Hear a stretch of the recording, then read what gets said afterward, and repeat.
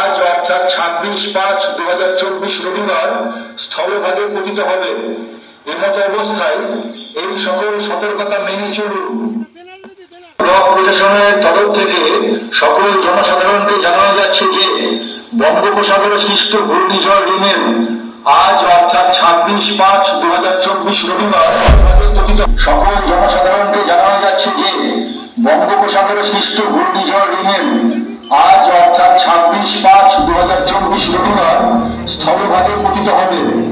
এমত অবস্থায় এই সকল সতর্কতা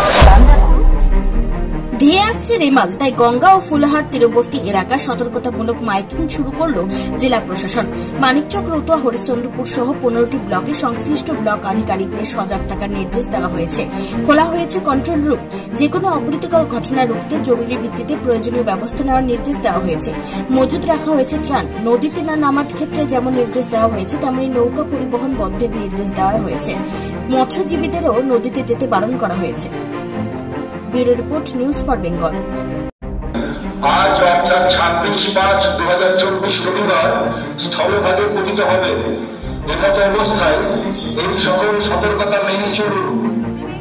ব্লক প্রশাসনের তরফ থেকে সকল জনসাধারণকে জানানো যাচ্ছে যে বঙ্গোপসাগরে সৃষ্ট ঘূর্ণিঝড় রিমেল আজ অর্থাৎ 26/5/2024 রবিবার স্থলভাগে পতিত। সকল জনসাধারণকে জানানো যাচ্ছে যে বঙ্গোপসাগরে সৃষ্ট ঘূর্ণিঝড় রিমেল আজ অর্থাৎ 26/5/2024 রবিবার স্থলভাগে পতিত হবে।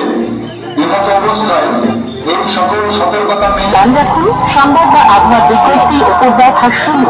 ঘূর্ণিঝড়ের তীব্রতা মোকাবিলায় সতর্ক বার্তা অনুযায়ী ব্যবস্থা নিন। শিশু, মহিলা, বৃদ্ধ ও অসুস্থদের নিরাপদ স্থানে সরানোর ব্যবস্থা করুন। জানলা ও দরজা বন্ধ রাখুন। প্রয়োজনীয় কাগজপত্র, নথি, মূল্যবান জিনিস করুন। নির্দিষ্ট সময়ে রেডিওতে কান রাখুন। সংবাদ বা আবহাওয়া বিজ্ঞপ্তি ও পূর্বাভাস শুনুন। This channel does not promote or encourage any illegal activities. All contents provided by this channel is meant for educational purpose only.